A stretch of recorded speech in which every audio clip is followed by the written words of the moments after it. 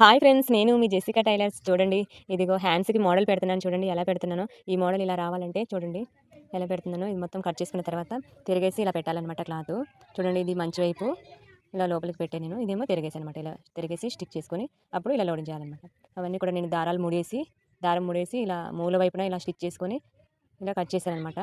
అన్నిటికి కూడా అలాగే చేశాను. చూడండి, ముడేసి ఆ మూల దగ్గర దారం పెట్టుకోవాలి మనము.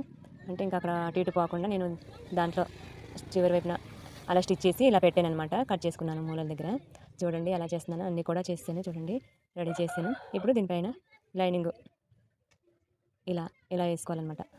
వేసుకొని మనం స్టిచ్చింగ్ నీట్గా అంచెమ్మటి కుట్టుకోవాలన్నమాట. మరి అంచెమ్మటి కాకుండా తిరిగేసినప్పుడు ఊడిపోద్ది కదా, మరి అంత అంచెమ్మటి కూడా కాదు. చూడండి ఎలా స్టిచ్ చేస్తున్నాను. పాదం ఖర్చు కంటే కొంచెం తక్కువ అనమాట. అలా అంచెమ్మటి స్టిచ్ చేయడమే.